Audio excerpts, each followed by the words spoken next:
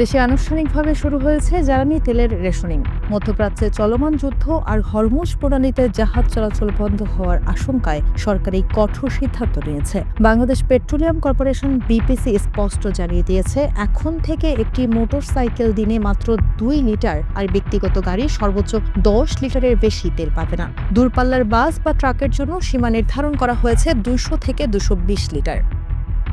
স্বস্তির খবর হলো 8 মার্চ সকালেই চট্টগ্রাম বন্দরে জ্বালানিবাহী 8টি জাহাজ নোঙর করেছে। তবে জ্বালানি মন্ত্রী ইকবাল হাসান মাহমুদ টুকু এবং প্রতিমন্ত্রী অনিন্দ ইসলাম অমিত সতর্ক করে বলেছে, সামনের দিনগুলো আরও চ্যালেঞ্জিং হতে পারে, কারণ 28 ফেব্রুয়ারির পর অনেক জাহাজ এখন সৌদি আরব বা কাতারের বন্দরে আটকে পড়ে আছে।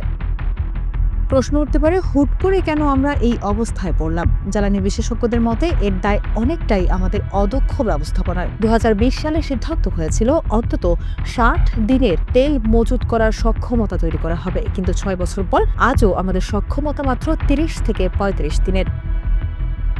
সবচেয়ে ভয়াবহ তথ্য হলো, আমাদের হাতে ডিজেল মজুত আছে মাত্র 10 থেকে 11 দিনের, যেখানে এশিয়ার অন্যান্য দেশগুলোর চিত্র সম্পূর্ণ ভিন্ন। ভারতের মজুত সক্ষমতা 34 দিনের, থাইল্যান্ডের 61 দিন, এমনকি ভিয়েতনামের মতো দেশেও 45 দিনের মজুত আছে। আর জাপানের কথা তো বলাই বাহুল্য, তাদের মজুত 250 দিনের।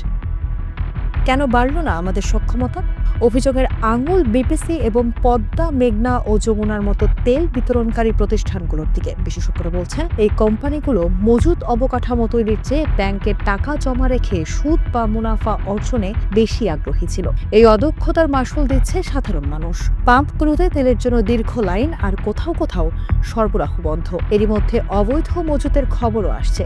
গতকালই এক ব্যবসায়ীর মাটির নিচের পানির ট্যাঙ্কে 10,000 লিটার তেল পাওয়া গেছে। পরিস্থিতি নিয়ন্ত্রণে এখন অনেক জায়গায় পুলিশ পাহারায় তেল বিক্রি করতে হচ্ছে।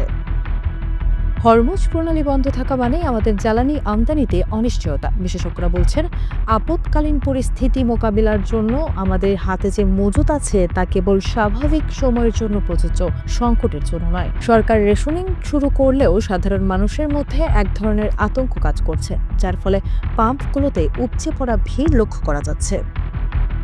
এখন সময় এসেছে দ্রুত বিকল্প সরবরাহ ব্যবস্থা খুঁজে বের করার এবং দীর্ঘমেয়াদী মজুত সক্ষমতা বাড়ানোর প্রজেক্টগুলো অগ্রাধিকার ভিত্তিতে শেষ করার। অন্যথায় বৈশ্বিক কোনো ছোট অস্থিরতাও আমাদের অর্থনীতিকে স্থবির করে দিতে পারে।